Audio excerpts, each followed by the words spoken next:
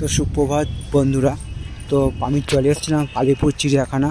এবার সব ঘোরা হয়ে গেছে, এবার বাড়ি ফেরার পালা। তো পথে যেতে যেতে আমি আলিপুর চিড়িয়াখানার ভেতরের সামগ্রিক পরিবেশের ছবিটা তোমাদের আমি দেখাবার চেষ্টা করছি। এখন সময় বাজলো ঘড়িতে 1:15, আর আকাশ প্রচণ্ড পরিমাণে গর্জন করছে, মনে হচ্ছে বৃষ্টি হবে। তো চলো আমি যতটা সম্ভব পারছি তার ভেতরের ছবিটা, আলিপুর চিড়িয়াখানার ভেতরের ছবিটা দুপুরবেলা কেমন থাকে সেই একটা ছবি আমি তোমাদের সামনে তুলে ধরার চেষ্টা করছি।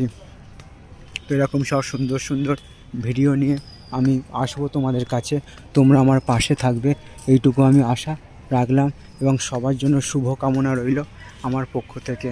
আজকের দিনটা এবং আগামী দিনগুলো আরও আনন্দময় হয়ে উঠুক, এইটুকু আমি ভগবানের কাছে প্রার্থনা রাখলাম এবং সবার জন্য সুস্বাস্থ্য কামনা করলাম।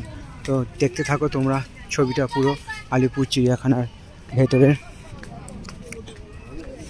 আজকে যেহেতু শনিবার, সরকারি কর্মচারীদের অর্ধ দিবস আছে, সেহেতু আমি যতটা সম্ভব পারছি তোমাদের ঘুরে ঘুরে আলিপুর চিড়িয়াখানার ভেতরের ছবিটা দেখাবার চেষ্টা করছি। তো চলো। তো